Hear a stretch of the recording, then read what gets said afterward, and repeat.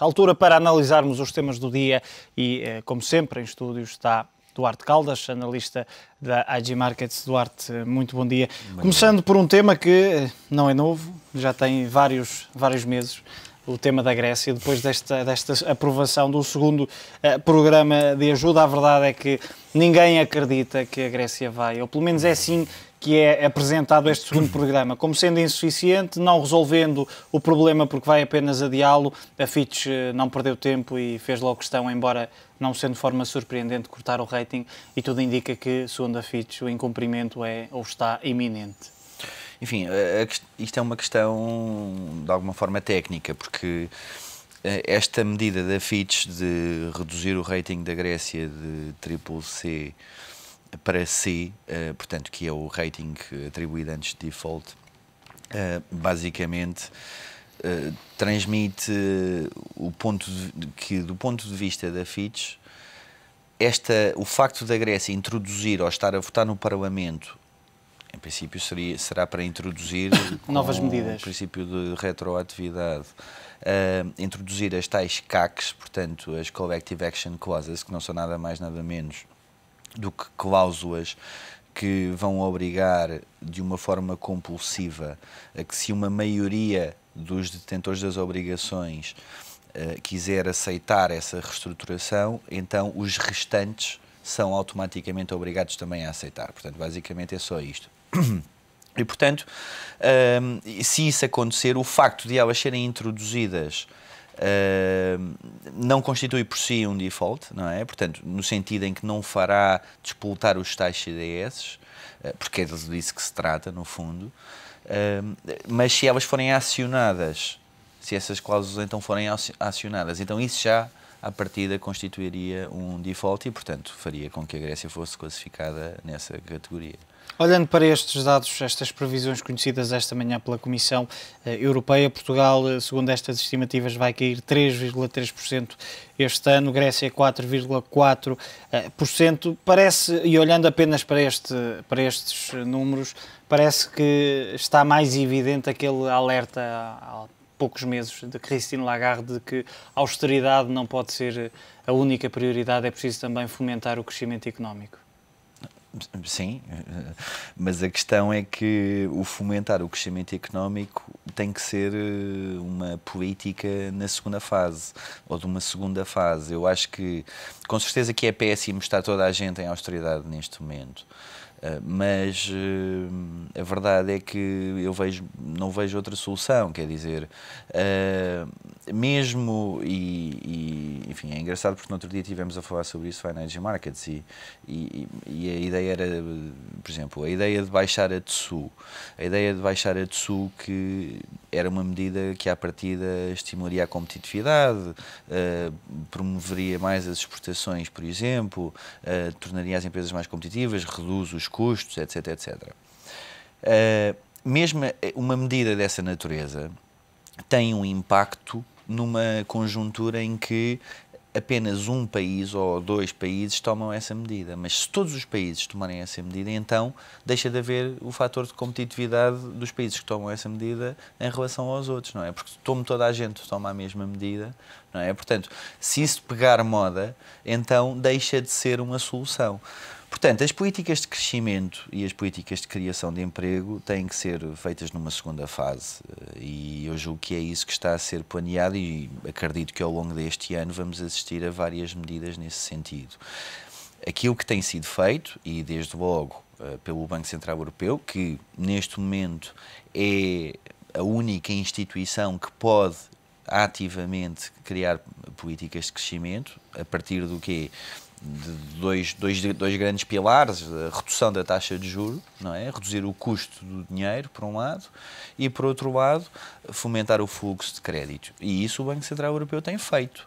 Portanto, ninguém pode acusar o Banco Central Europeu de não estar a fazê-lo e não estar a promover o crescimento. Eu recordo que o banco reduziu taxas, vai, à partida, reduzir taxas até 0,5%. Portanto, pelo menos mais 0,25%, eu acredito que nesta próxima reunião já possamos assistir a essa redução, até porque isso vinha de encontro a estes novos prognósticos de crescimento para a zona euro e, portanto, é muito preocupante que uma Itália contraia 1,3%, uma Espanha 1%, portanto, a própria zona euro vai passar por uma mild recession, portanto, uma recessão leve, não é? Mas não deixa de ser recessão. E, portanto, o banco vai continuar a desenvolver esforços nesse sentido. A LTRO, agora de 29 de fevereiro, é outro exemplo disso, no sentido de promover o fluxo de crédito. Enfim, mas temos sempre que ver que 2012 iria ser o pior ano e o ano da austeridade a nível da zona euro como um todo.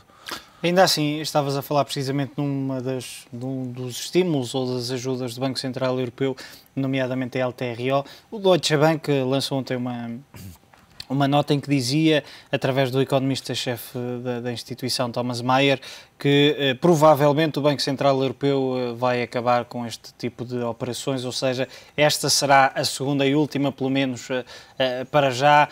Porquê que poderá ser? É também uma forma de não habituar mal os bancos a conseguirem dinheiro barato e de forma relativamente simples. Enfim, sobretudo porque uma operação desta natureza implica ou está a ser vista pelo mercado como um aumento da massa monetária, portanto está de facto a ser injetada liquidez no mercado e, portanto, pode ser ou tem sido vista como quantitative easing europeu, de uma forma indireta, não de uma forma explícita, que seria o banco emitir dinheiro e comprar dívida, mas acaba por estar a ser criada na mesma massa monetária que está a ser depois dada aos bancos, no sentido dos bancos depois poderem conceder crédito, comprarem dívida pública, refinanciarem a sua própria dívida, enfim, e de facto combater um credit crunch, portanto uma limitação muito grande, uma crise de concessão de crédito na zona euro, e julgo que desse ponto de vista os objetivos foram atingidos.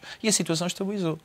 E a verdade é essa, e portanto... Uma segunda LTRO é suficiente para aguentar a situação? Parece-me, vale a pena vermos como é que a operação vai decorrer. Se for algo dentro similar do que foi a última, na casa dos 500 mil milhões de euros, parece-me que poderá ser suficiente por algum tempo. Eu, como acho que a situação não vai ficar resolvida, e acho que ao longo deste ano vamos assistir novamente a um agudizar da crise de dívida soberana, e depois temos que ver também, com certeza, como é que vão evoluir as próximas cimeiras, se vão deixar que o FSF ou o FEF esteja a funcionar ao mesmo tempo que o ESM, que o mecanismo, enfim, quais é que vão ser os próximos passos, mas eu julgo que ainda vamos assistir a um agudizar da crise de dívida, quanto mais não seja pela questão da Grécia, que não ficou resolvida. Eu recordo que a Grécia, por exemplo, apesar de ter feito este haircut e dos investidores terem perdido muito dinheiro na dívida grega, a Grécia continua com um estoque de dívida superior a Portugal, por exemplo, apesar de todas estas perdas que foram dadas aos investidores. Portanto, a situação não está de forma alguma resolvida. Se olharmos precisamente para a banca, que tem sido um dos setores mais penalizados em toda esta crise, temos aqui vários resultados conhecidos hoje. O Royal Bank of Scotland, por exemplo, a apresentar perdas de mais de 2 mil milhões de euros, também o Crédit Agricole, mas muitos outros bancos não estão a conseguir, e também a verdade é que seria difícil conseguirem passar ao lado de toda esta situação. Eu acho que, tendo em conta aquilo e a polémica que se gerou à volta da banca, eu julgo quase que houve uma mensagem indireta aos bancos de que os bancos não poderiam apresentar resultados positivos. Não poderiam, e de facto há uma grande revolta relativamente aos bancos e, portanto... Em relação aos bónus, por exemplo, que o RBS fez questão de dizer que mesmo assim vai continuar a pagar. Claro. E mesmo o Crédit Agricole aproveitou para fazer o haircut, fazer as provisões ou provisionar a dívida grega com perdas, assumindo perdas na casa dos 74%. Portanto, enfim, quer dizer, eu acho que os bancos aproveitaram muito este ano, o último trimestre do ano passado. Os resultados do Crédit Agricole são relativos ao quarto trimestre do ano passado e, portanto, acho que os bancos aproveitaram ou têm aproveitado esta altura para mostrar mostrar que também estão a sofrer as Têm consequências. aproveitado para pôr tudo aquilo que correu mal e depois poderem de alguma forma começar a limpar balanços, fazerem as previsões que têm que fazer e tentar que as coisas a partir daqui sejam um novo começo e possam começar a recuperar então. Mas parece que também não queriam ficar mal na fotografia.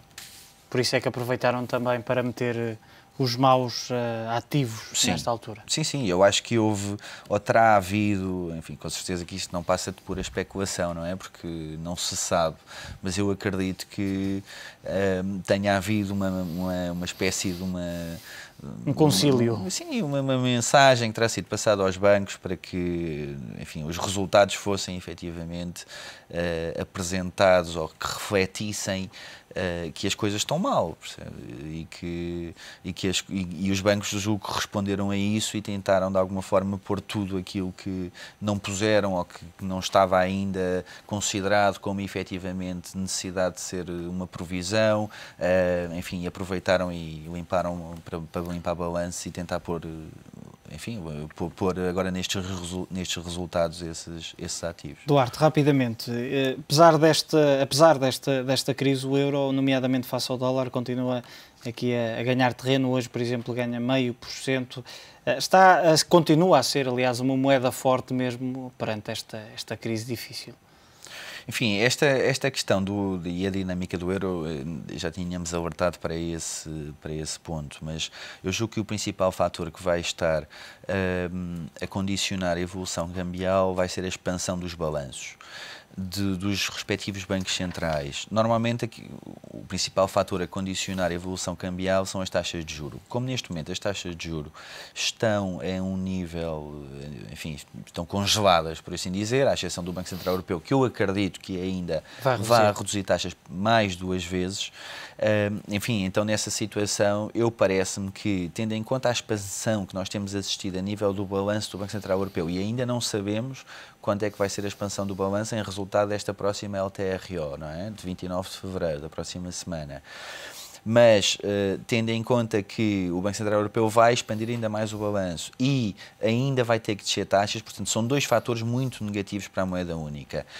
E eu julgo que 1,33, 1,35 são níveis interessantes para estabelecer posições vendedoras de euros, pelo menos face ao dólar, e, enfim sem querer entrar aqui noutros crosses, mas, por exemplo, no euro-ien também julgo que a recuperação a que assistimos também, de alguma forma, já coloca o euro-ien numa situação acima do fair value, por exemplo, e julgo que também poderemos vir a assistir durante este ano a valores novamente abaixo de 100, sendo que está a 107 neste momento. Duarte, muito obrigado pela tua análise. Duarte Caldas, analista da Agimarket.